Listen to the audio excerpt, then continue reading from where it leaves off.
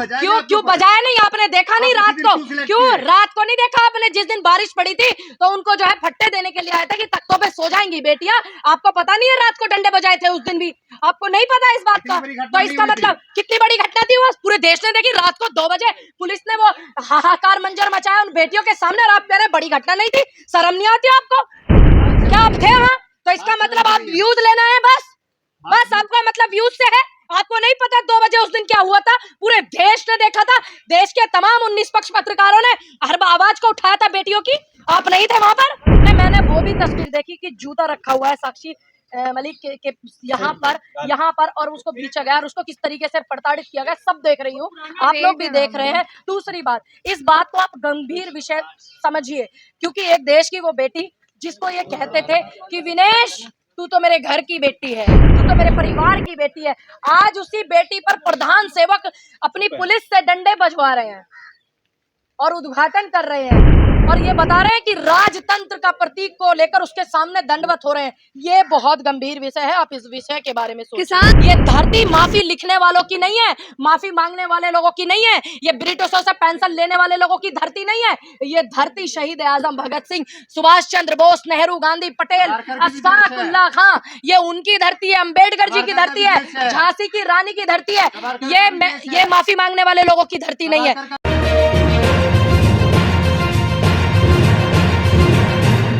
मैंने वो भी तस्वीर देखी कि जूता रखा हुआ है साक्षी मलिक के यहाँ पर और उसको बेचा गया और उसको किस तरीके से प्रताड़ित किया गया, सब देख रही हूँ, आप लोग भी देख रहे हैं। दूसरी बात, इस बात को आप गंभीर विषय समझिए, क्योंकि एक देश की वो बेटी जिसको ये कहते थे कि विनेश तू तो मेरे घर की बेटी है, तू तो मेरे परिवार की बेटी है, आज उसी बेटी पर प्रधान सेवक अपनी पुलिस से डंडे बजवा रहे हैं और उद्घाटन कर रहे हैं और ये बता रहे हैं कि राजतंत्र का प्रतीक को लेकर उसके सामने दंडवत हो रहे हैं। ये बहुत गंभीर विषय है, आप इस विषय के बारे में सोचिए। किसान तो बड़ी बड़ी बातें कर रहे थे, कह रहे थे डटे रहेंगे पहलवानों के समर्थन में, अब कहाँ चले गए? नहीं, सब लोग जो है एक ही कल की बात है। हाँ। अब हम कोई भी आंदोलन अगर करते हैं तो उसकी नीति बनानी बहुत जरूरी होती है, क्योंकि सभ्यता से, शांति से, अहिंसा से आंदोलन चलते हैं। तो किसान संगठनों में, किसान लोगों में, बेटियों में, खिलाड़ियों में, विपक्ष में, सब जो है अपने अपने हिसाब से नीतियां बना रहे हैं। आंदोलन होगा। सत्ता पक्ष कह रहा था कल ही का दिन मिला था आप लोगों को प्रदर्शन करने के लिए। देखिए, सत्ता पक्ष की छोड़ दीजिए, क्या सत्ता पक्ष को कल का ही दिन मिला था कि सावरकर के जन्मदिन पर उद्घाटन करते हैं? क्या उनको कल का ही दिन मिला था? अब उनको बेटियों को पता था कि आज प्रधानमंत्री उद्घाटन करने आ रहे हैं, तो फिर आज ही हमारा उनसे मुलाकात हो जाएगा। और किस तरह से तिरंगे को लेकर के वो बेटियां चल रही थी और तिरंगे को ये प्रधान सेवक की जो पुलिस है किस तरीके से नीचे गिरा रही थी, ये भी आप देखिए। कई धाराओं में एफआईआर दर्ज हुई है उनके ऊपर जी, कई धाराओं में एफआईआर दर्ज की गई है पहलवानों पर। हाँ जी, क्यों? अगर देश की बेटी मार्च निकाल रही है, कोई मार्च निकाल रही है, तो क्यों नहीं? क्या दिक्कत क्या है? क्या लोकतंत्र है? लोकतंत्र है देश में? या मैं इसको ये मान लूं कि अघोषित आपातकाल, क्या मैं मान लूं इसको? अगर इस लोकतंत्र में है तो सबको अपनी आवाज उठाने का अधिकार है। था कि संसद भवन का उद्घाटन हो रहा है, पूरी दुनिया में बदनामी किया जाए देश का, आप लोग वही कर रहे हैं। अब उनका क्या मकसद था कि वो बेटियों से डंडे बजवा रहे हैं, बेटियों में डंडे बजवा रहे हैं अपनी पुलिस से, बेटियां धरने पर बैठी हैं उनको प्रताड़ित करवा रहे हैं, कभी उनके धक्का लगाते हैं उनके पुलिस के लोग, कभी कुछ करते हैं। उनका क्या मनसा था? आप अगर उनके प्रवक्ता है तो मुझे बताइए क्या मनसा थी? क्यों बजाया नहीं आपने? देखा नहीं रात को? क्यों रात को नहीं देखा आपने? जिस दिन बारिश पड़ी थी तो उनको जो है फट्टे देने के लिए आया था कि तख्तों पे सो जाएंगी बेटियां। आपको पता नहीं है रात को डंडे बजाए थे उस दिन भी? आपको नहीं पता इस बात का? तो इसका मतलब कितनी बड़ी घटना थी वो पूरे देश ने देखी। रात को 2 बजे पुलिस ने वो हाहाकार मंजर मचाया उन बेटियों के सामने और आप कह रहे बड़ी घटना नहीं थी? शर्म नहीं आती आपको? क्या आप थे वहाँ? तो इसका मतलब आप व्यूज लेना है बस आपका मतलब व्यूज से है। आपको नहीं पता 2 बजे उस दिन क्या हुआ था? पूरे देश ने देखा था। देश के तमाम 19 पक्ष पत्रकारों ने हर आवाज को उठाया था बेटियों की। आप नहीं थे वहां पर? बैरिकेड तोड़ने की क्या जरूरत थी ये कह रहे हैं? बैरिकेड लगाने की जरूरत क्या थी? क्या जरूरत थी? अगर बेटियां मार्च निकालना चाह रही हैं, लोकतंत्र देश है ये, संविधान है, इसमें परमिशन, अगर कोई परमिशन इनसे मांगता है, ये तो कहीं पंचायत करने की परमिशन नहीं दे रहे, विपक्ष को नहीं दे रहे, किसान नेताओं को नहीं दे रहे, किसानों को नहीं दे रहे, पहलवानों को नहीं दे रहे परमिशन। क्यों? ये अघोषित आपातकाल है क्या देश में?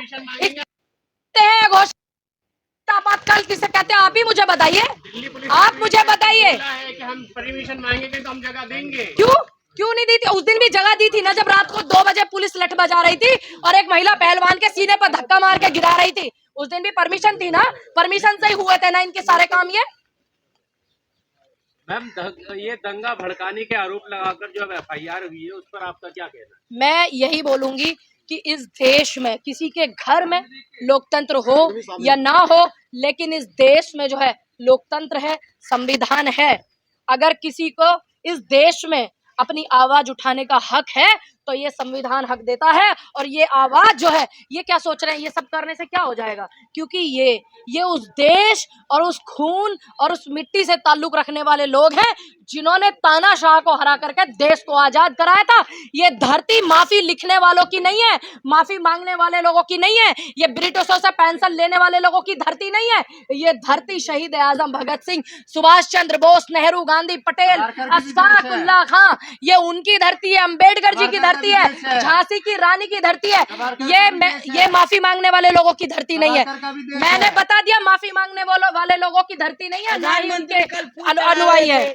प्रधानमंत्री करीब कल फूल चढ़ा रहे थे। ये उनकी अपनी मंशा है और ये समझनी होगी जनता को कि जिस देश के इतने बड़े प्रधान सेवक, ठीक इतने बड़े पद पर रहने वाले व्यक्ति एक राजतंत्र के प्रतीक के सामने दंडवत प्रणाम करते हैं, तो उनका आप मन समझ लीजिए कि वो जनता को और तुम तमाम मीडिया वालों को और इस देश की एक एक जनता को क्या संदेश देना चाहते हैं, कि उनकी मंशा क्या है, उनका चित्र और चरित्र क्या है, कि वो कितने राजतंत्र को फॉलो करते हैं और कितने लोकतंत्र को फॉलो करते हैं। ये उनकी मंशा है। बोले साधु संतों को सम्मान दिए प्रधानमंत्री, इससे पहले नहीं मिल रहा था। अच्छी बात है, सबका सम्मान हो रहा था, तभी साधु संत अभी तक जो हमारे सनातन संस्कृति है वो बची हुई आ रही है। उनका सम्मान था देश में, है, सदा रहेगा। इसीलिए भारत की सनातन संस्कृति अभी तक बची हुई है और हमेशा रहेगा।